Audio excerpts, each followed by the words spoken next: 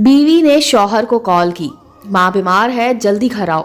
शौहर, क्या हुआ अम्मी को? अच्छा रुको मैं आता हूँ।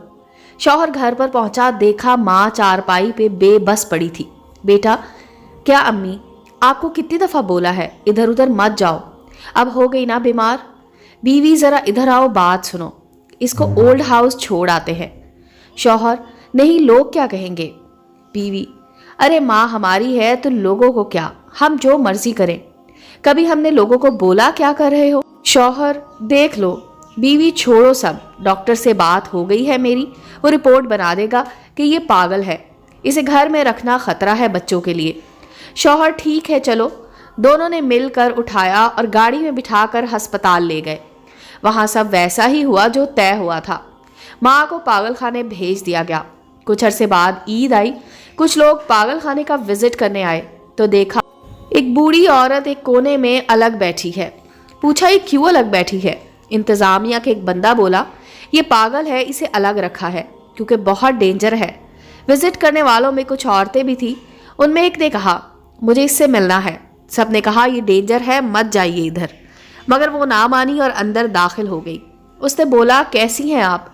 उस बूढ़ी औरत ने रोती आंखों और हसरत भरे लहजे में कहा बेटा बस जिंदा हूँ, और ज़ारों के तार रोते हुए गले से लिपट गई। सब देखकर बहुत हैरान हुए। ये क्या, आप सब तो बोले डेंजरस है, पागल है, मगर ये तो पागल नहीं है। माँ ने सब कुछ बता दिया। इस नेक औरत ने इस बूढ़ी माँ को कहा कि मैं आपको अपने घर ले जाना चाहती हूँ, प्लीज़ इनकार मत कीजिएगा। माँ जी ने कहा ठीक है। माँ एक बड़े से बंगले में रहने लगी। एक अरसा गुजर गया। फिर एक दिन अचानक एक मांगने वाला दरवाजे पर आया तो सब कहीं गए हुए थे। माँ ने दरवाज़ा खोला तो सामने एक फटे कपड़े, टूटे जूते और बदहवास सी शक्ल का आदमी खड़ा था।